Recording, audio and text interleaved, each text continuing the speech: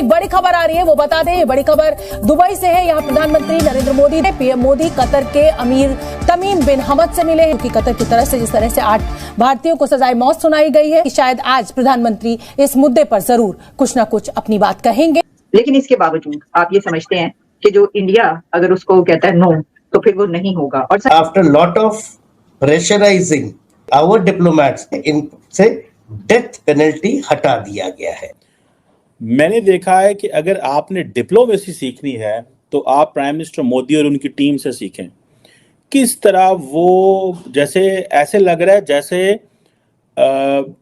UAE में conference Modi साहब करवा रहे हैं। तो इंडिया की जरूरत कहीं ना कहीं कतर को हर टाइम पे पड़ेगी। और मैं आपको ये आज पहले ही आपको ये पेशगोई कर रहा हूँ कि ये जो केस है ये खत्म हो जाएगा और जो इंडिया के 8 ऑफिसर्स हैं वो वापस चले जाएंगे अपनी कंट्री के अंदर। मैं तो ये कहूँगा कि उसी जो ज़मीन पर मक्का और मदीना है, अरब जो पेनिनसुला है ना, वो वहाँ पर दुबई भी है।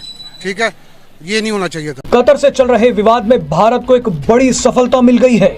भारत सरकार के एक्शन के बाद भारतीय नौसेना के 8 पूर्व नौसैनिकों को अब फांसी नहीं होगी, क्योंकि इंडिया जो है वो एक इकोनॉमिकली बहुत स्ट्रॉन्ग कंट्री है और उनकी LNG की डील चल रही है कतर के साथ। हमारा कोई वहाँ पे केस बन जाता है या हमें जेलों में डाल देते हैं या इवन हमें मर्डर भी कर देते हैं, हमारा मुल्क हमारे पीछे नहीं खड़ा होता। जिस तरह आज इंडिया का मुल्क सिर्फ 8 लोगों के लिए उनके पीछे खड़ा हुआ है और वहाँ पे देखिए सिर्फ 8 लोग हैं। और मैं आपको बता दूं, इस टाइम मेरी फिगर गलत हो सकती है, 10,000 से ज्यादा लोग सऊदी अरब की जेलों के अंदर पाकिस्तानी बैठे मौजूद है। और हमने उनके लिए क्या किया, दूसरे नंबर पे उनके सिर्फ 8 लोगों ने जो है उनके फॉरेन मिनिस्टर की, मैं लास्ट कुछ दिन पहले जो है वो देख रहा था प्रेस कॉन्फ्रेंस, उन्होंने कहा मैं पर्सनली इस केस को लेके चलूंगा, मतलब मैं अपनी पूरी गहरी नजर रखूंगा और इस केस को मैं खुद कि वो इस सारे मैटर को कैसे देखते हैं और इसमें नुकसान कतर का होगा या इंडिया का होगा, और आखिर कतर को अब क्या जरूरत पड़ी कि उन्होंने जो अपना फैसला था उसके ऊपर नरमी क्यों की है। सबसे पहले तो ये केस को स्टडी करना चाहिए, ये केस है क्या। पाकिस्तानी मीडिया के ऊपर जो पिछले 1-2 दिन से वो चल रहा था कि 8 जासूस जो हमने वो इंडिया के पकड़ लिए हैं। कतर ने 8 इंडिया के जासूस पकड़ लिए हैं और जनाब उनको जो है वो डेथ पेनल्टी भी दे दी गई है। लेकिन अब जो नई खबर सामने आई है उसके मुताबिक ये है कि उन्होंने वो खबर वापस ले ली है, मतलब वो फैसला वापस ले लिया है और अब मजीद जो केस है वो आगे परसू करेगा। इसराइल की जो सी इंटेलिजेंस एजेंसी है, कहा यह जाता है दुनिया में बड़ी मतलब मानी जाती है, बड़ी उनके पास टेक्नोलॉजी है, ये है वो है, क्या उन्हें भी फिर इंडिया की जरूरत पड़ गई? लेट्स सपोज अगर वो जासूसी कर रहे थे इसराइल के लिए, तो इसका मतलब इसराइल को भी इंडिया की जरूरत पड़ गई जासूसी के लिए। जाहिर है, हम तो सारी जिंदगी यही सुनते रहे, ISI नंबर 1, ISI नंबर 1, ठीक है, तो हम वही सुनते रहे, लेकिन हकीकत में कुछ और था, हमें कुछ और पढ़ाया गया है और अब आपके सामने आ रहा है कि इंडिया की जरूरत पड़ रही है। और इंडिया वैसे भी इकोनॉमिकली हमसे बहुत आगे है, तो इंडिया की जरूरत कहीं ना कहीं कतर को हर टाइम पे पड़ेगी। और मैं आपको ये आज पहले ही आपको ये पेशगोई कर रहा हूँ कि ये जो केस है ये खत्म हो जाएगा और जो इंडिया के 8 ऑफिसर्स हैं वो वापस चले जाएंगे अपनी कंट्री के अंदर, क्योंकि इंडिया जो है वो एक इकोनॉमिकली बहुत स्ट्रॉन्ग कंट्री है और उनकी LNG की डील चल रही है कतर के साथ, जो कि 20 साल एक मुआहिदा और $1 ट्रिलियन मुआहिदा है, उसको कतर कभी भी नहीं खराब होने देगा। क्योंकि कतर की आप देखें ना, कतर की पूरी जो मईशत है वो ऑयल की बेस के ऊपर चल रही है और उसने अपनी LNG जो है उसको बेचनी है और 20 साल का ये पूरा उनका प्रोग्राम है। अच्छा, नहीं, लेट्स सपोज एक दूसरी साइड पे अगर देखा जाए, लेट्स सपोज ये सजाए मौत हो जाती है,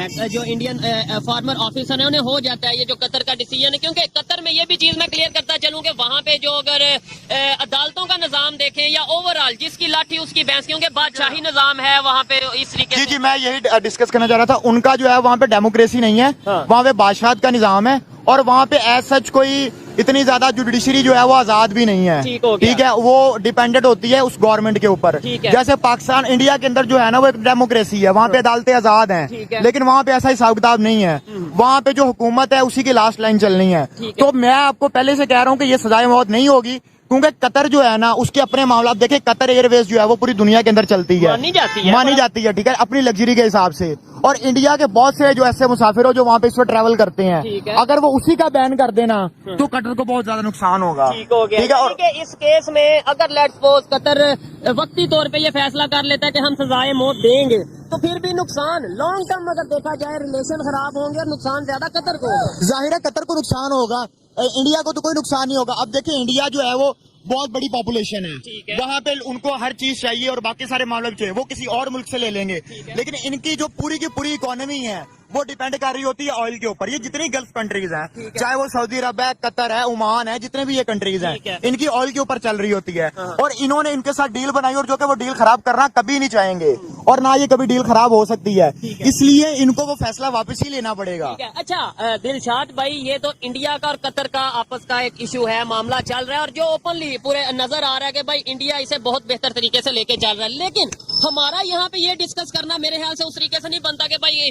इंडिया ये जंग जीतेगा, यानी ये जो सी एक कानूनी जंग है, ये इंडिया जीतेगा या कतर जीतेगा। हमारा यहाँ पे जो मेन एक कंसर्न है कि इंडिया की फॉरेन पॉलिसी को देख लें, पाकिस्तान की फॉरेन पॉलिसी को देख लें। हमारे यहाँ पे भी बहुत सी ऐसी एग्जाम्पल, डॉक्टर आफिया सिद्दीकी की अगर बात करें, कितने ही सालों से वो वहाँ पे मतलब जेल में हैं और हमारे यहाँ पे नारे लगाए जाते हैं, हर इलेक्शन में ये कहा जाता है, मतलब एक मोटिव रखा हुआ है कि भाई आप हमें वोट दें, हम डॉक्टर आफिया सिद्दीकी को वापस लाएंगे, ना तो वो वापस आ रही हैं। सऊदीया की जेल में जो हमारे पाकिस्तानी जितने बड़ी तादाद में वहाँ पे मौजूद हैं, कैदी हैं, कोई किसी जुर्म में, कोई किसी जुर्म में, हम तो उन्हें नहीं छुड़वा पाते।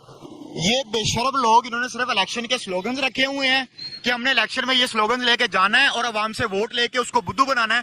और मुझे ये समझ नहीं आती कि ये लोग जो हमारी पाकिस्तानी कौम है, मेरी पाकिस्तानी कौम को बातों का बुरा लगेगा, लेकिन यार ये जाहिल अवाम को मुझे ये सिर्फ पता करना चाहिए कि ये पिछले 70 साल से ये पॉलिटिशियंस भी, और भी बेचारों पॉलिटिशियंस को तो मैं कुछ कहता भी नहीं हूँ, ये तो बेचारे पपिट है, पीछे जो हैंडलर्स हैं वो इनको कंट्रोल कर रहे हैं। लेकिन आपको शर्म आनी चाहिए कि आप एक इलेक्शन के तौर पर एक स्लोगन को लेके आते हैं और उनको अवाम में लेके आगे मजाक बनाते हैं। अब हमारी डिप्लोमेसी का हिसाब लगा लें, डॉक्टर आफिया सिद्दीकी जो है उसको कितना अरसा हो गया है, हमारी कितनी पॉलिटिकल पार्टीज हैं जो उस स्लोगन्स के बेस के ऊपर वोट लेके यहाँ पे पावर्स में आई हैं, ठीक है। और हमारे सऊदी अरब के अंदर, कतर के अंदर, इवन कतर के अंदर जो पाकिस्तानी मजदूर जाता है वहाँ पे कितने लोग जेलों में सड़ रहे हैं। यार इनको जरा भी ख्याल नहीं है पाकिस्तानी कौम का। इस्लामिक ब्रदर इस्लामिक मतलब ये है कि ये इस्लामिक नॉन इस्लामिक वाले कंसेप्ट को मैं उस तरीके से नहीं मानता। मैं मानता हूँ कि भाई जिस कंट्री का जहाँ पे मुफाद होता है वो काम करता है, वो बात करता है। लेकिन हमें यहाँ पे ये बताया जाता है ब्रदर इस्लामिक कंट्रीज, हम यूनिटी है पूरी दुनिया में, जो 57 या OIC कंट्रीज हैं सब यूनाइटेड हैं। तो हम तो इस्लामिक कंट्रीज होके कतर की जेलों से अपने कैदी नहीं छुड़ा पा रहे। इंडिया दूसरी साइड पे जो है वो एक सेकुलर कंट्री है और हमें यहाँ पे बताया जाता है वो तो